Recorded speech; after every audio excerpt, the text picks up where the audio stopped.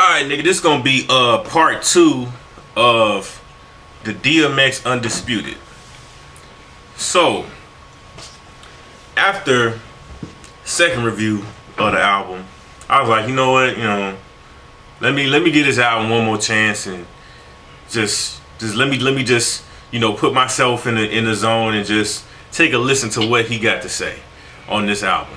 You know what I'm saying? We got a few, we got some flack, from some haters, saying, oh, we was tripping and all this stuff. DMX is the best album in the earth and all this. Nah, that's just, these DMX dick riding niggas out here.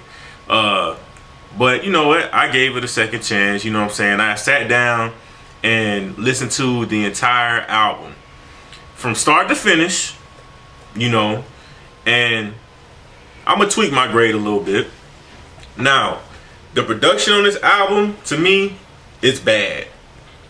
I mean, some of the songs on here are up to par as far as the production, but it's kind of like the ad-libs are a little bit too much, on some of the songs, and they just didn't match up.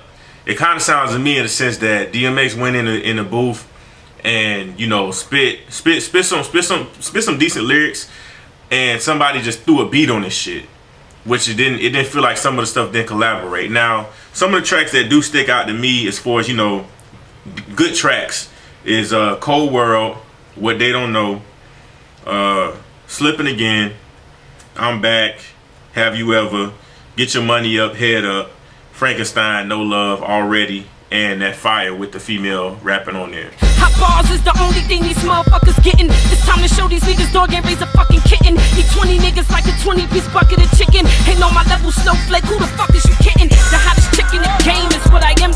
And she out-rapped. She rapped circles around DMX in the song. She had, if this was DMX from X Is Here or My Flesh and My Flesh, Blood of My Blood, then she would have got outmatched on this song easily. The old DMX. So all you niggas thinking that we ain't DMX fan, we love DMX. I didn't like this fucking album. I got everything from DMX when he dropped the 2 albums in 1 year. Everybody went nuts. Like if you didn't like DMX back then, then you were just a hater. She out-rapped DMX completely on this song. Damn shame what she did. Yeah, I mean the song was a good song, but back to the project itself. I sat down and I listened to just the lyrics, because the production, I just really couldn't keep up with the production. It just was not fitting to DMX. And what DMX is saying, his delivery still is a little bit lagging on some of these songs. His delivery is kind of like, it's not that hard, just straight delivery where it's like, okay, he going in. He just saying some shit, on some of these songs. But then on some songs, I still feel his pain and where he's coming from, because all the shit the nigga been through, from rehab to jail, his wife and shit, talking about he cheating, which he did, and all that bullshit. He got kids and shit like that from all these different girls and all that shit. He just basically speaking his pain on this album, which I can respect, because that's what type of artist he's always been.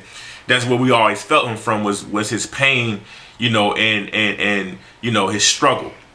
So, he does that on a lot of these tracks that I'm pointing out. But, to me, it's just still like, is lagging on the production end. And then, to me, the production gets better after the prayer. After the prayer, the production kind of picks up and it gets slightly a little bit better. But the extra ad-libs and, when them yelling in the background, it's kind of like, some of that stuff is not fitting to some of the portions of those songs. But for the most part, I still expected a hell of a lot more from DMX.